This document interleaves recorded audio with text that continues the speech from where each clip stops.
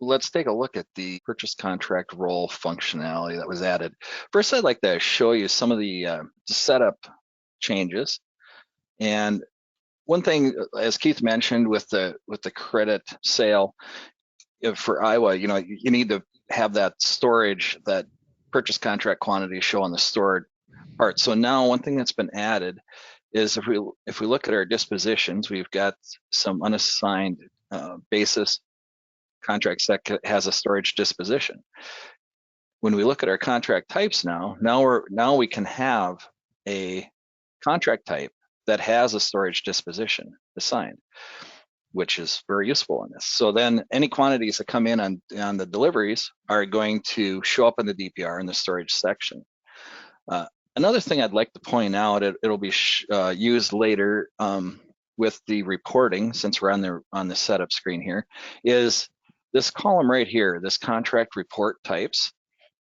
This was added to allow for, we've created additional contract reports for each type. See here, there's 3 different cash, for instance, 3 different basis, 3 different price later. And this, so you can choose between each one of these at the time that you're printing. But what this setup allows you to do is to say, okay, I want to have my default one as the basis 1 contract, or cash one as the cash 1 contract, and that can be overridden later. Next, let's go in and let's take a look at see how this expired contracts functionality works. Oh, there is one other thing that I should mention with the setup is in the accounting parameters under contract expiration setup, there's also been this column added, days to expire. Previously, the expiration, you could only just set a date, and that's what would default in. You can still do that if that's what you choose to do, or you can make it more dynamic. So in other words, you can say for when you're entering the contract, all my basis contracts, for instance, on this example is they're just going to take the contract date, add 2 days. That's going to be my contract expiration dates. One that I'm going to be using, the type I'm going to be using is this unassigned basis for some of my examples. And you enter the contract, it takes the contract date, adds 10 days. The thing that I'll mention here is that these days don't take into account weekends or anything like that. They just add that number of days, but it's a default. You can override that and set whatever date you wish. But it will default one in for you based on this setup. And you can only have one or the other. You can't have both. So now let's take a look at a contract. So in the contracts, let's look at my Lisbon branch here. I've got some setup, and let's take a look at my contract here. So this contract I entered earlier has a contract date of 8/24, and to show how that defaulted in, it gives me a expiration date of 9/3 to show that. Now when we go to the expiring contract screen, we've got some filters here we can use. And whoop, you see I got some contracts there to expire. Let me move it out, and then I'll see the one we were just looking at.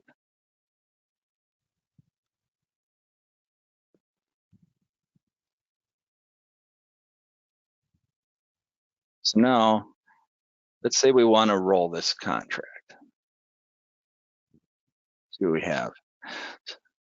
So now we have delivered quantity of 750 remaining at 750. Let's roll this contract, and we'll roll just the delivered quantity. So what this is going to do is it will create a new contract, but only for the delivered quantity of 750.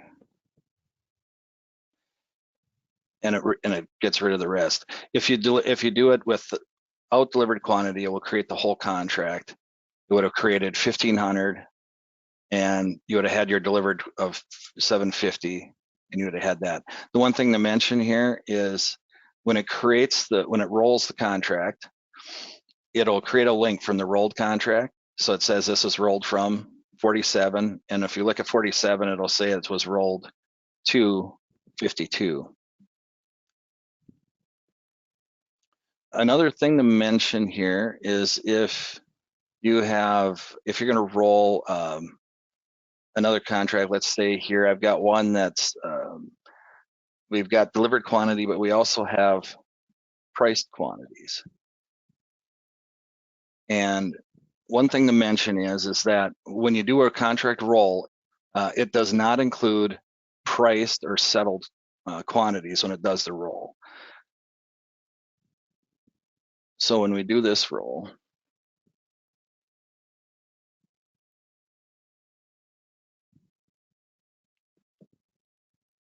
you'll see that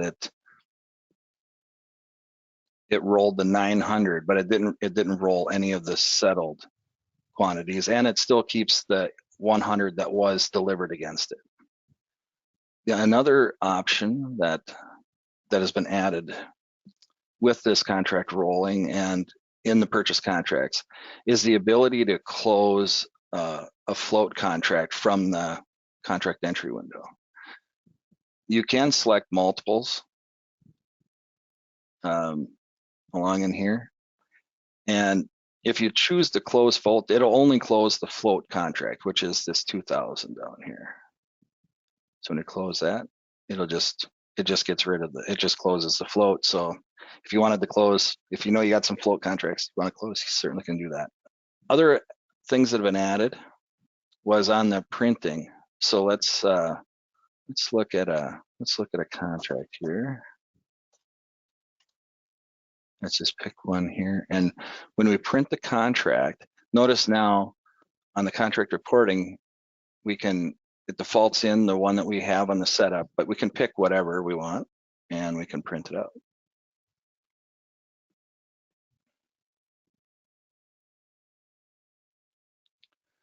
Another option is this new contract settlement, which will give us, in this case, them printing it with all of the ticket details and settlements and everything. So it's one nice report, shows you everything that's going on with that contract. Awesome. Thanks, Mark, for showing us that contract rolling capability. That's pretty neat. You can either roll just the open quantity, you can roll the delivered and the open. It creates a new contract that's just like the old one, but of the new type. And with the caveat that, hey, it doesn't roll anything that's already been settled or priced. So that's pretty neat. I also love that new report and the way that you can pick from have multiple report options or contract formatting options. That's pretty cool.